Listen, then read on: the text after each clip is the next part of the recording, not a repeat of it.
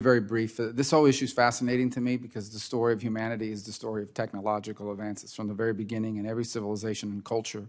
And there's positives in every technological advance, and there's negatives that come embedded in it. And generally, technological advances have, for the most part, what they've allowed is human beings to do what humans do, but faster, more efficiently, more productively, more accurately.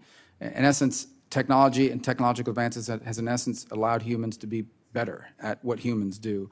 I think what scares people about this technology is the belief that it not simply holds the promise of making us better, but the threat of potentially replacing the human, being able to do what humans do without the human. And that is the part that I think, particularly when we get into the depth. I think one of the things that's interesting is we've been interacting with AI, or at least models of AI and applications of it in ways we don't fully understand, whether it's estimating how long it's going to take from point A to point B, which is the fastest route based on their predicted traffic patterns at that time of day, to every time you say Alexa or Siri. All of these are somewhat built into learning models.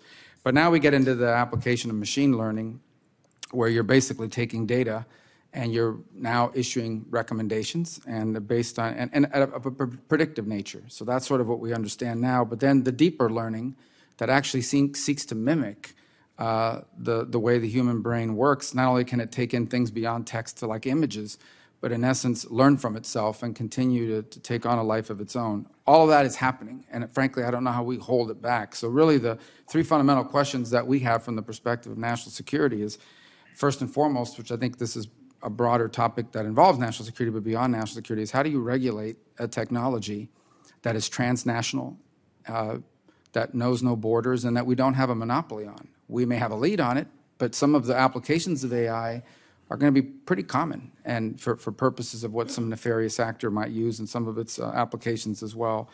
The second is, will we ever reach a point, and this is the one that to me is most troubling, where we can afford to limit it? So as an example, we are in a war, God forbid, with an AI general on the other side. How can we afford to limit ourselves in a way that keeps us that keeps pace with the speed and potentially the accuracy of the decision-making of a machine on that end and our limits on ours? I mean, I fear, and the same is true in the business world.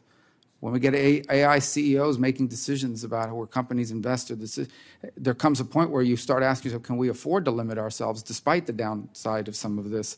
It's something we haven't thought through, and one that I don't think I think you've addressed a lot, or are going to be addressing a lot of the national security implications, but here's the one that I think is related to national security.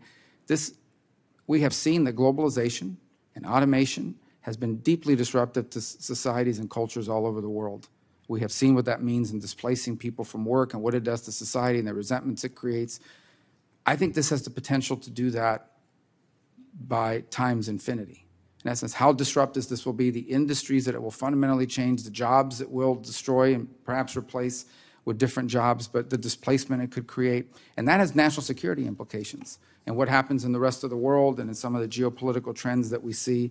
So, and I think it has the threat of reaching professions that up to this point have been either insulated or protected from technological advances because their education level.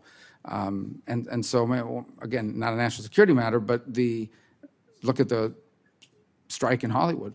A part of that is driven by the fear that the screenwriters and maybe even the actors will be replaced by artificial intelligence. And imagine that applied to multiple industries and what that would mean for the world and for its economics. So there's a lot to unpack here, but the one point that I really want to focus in on is we may want to place these limits, and we may very well be in favor of them from a moral standpoint, but can we ever find ourselves at a disadvantage facing an adversary who did not place those limits and is therefore able to make decisions in real time at a speed and precision that we simply cannot match because of the limits we put on ourselves?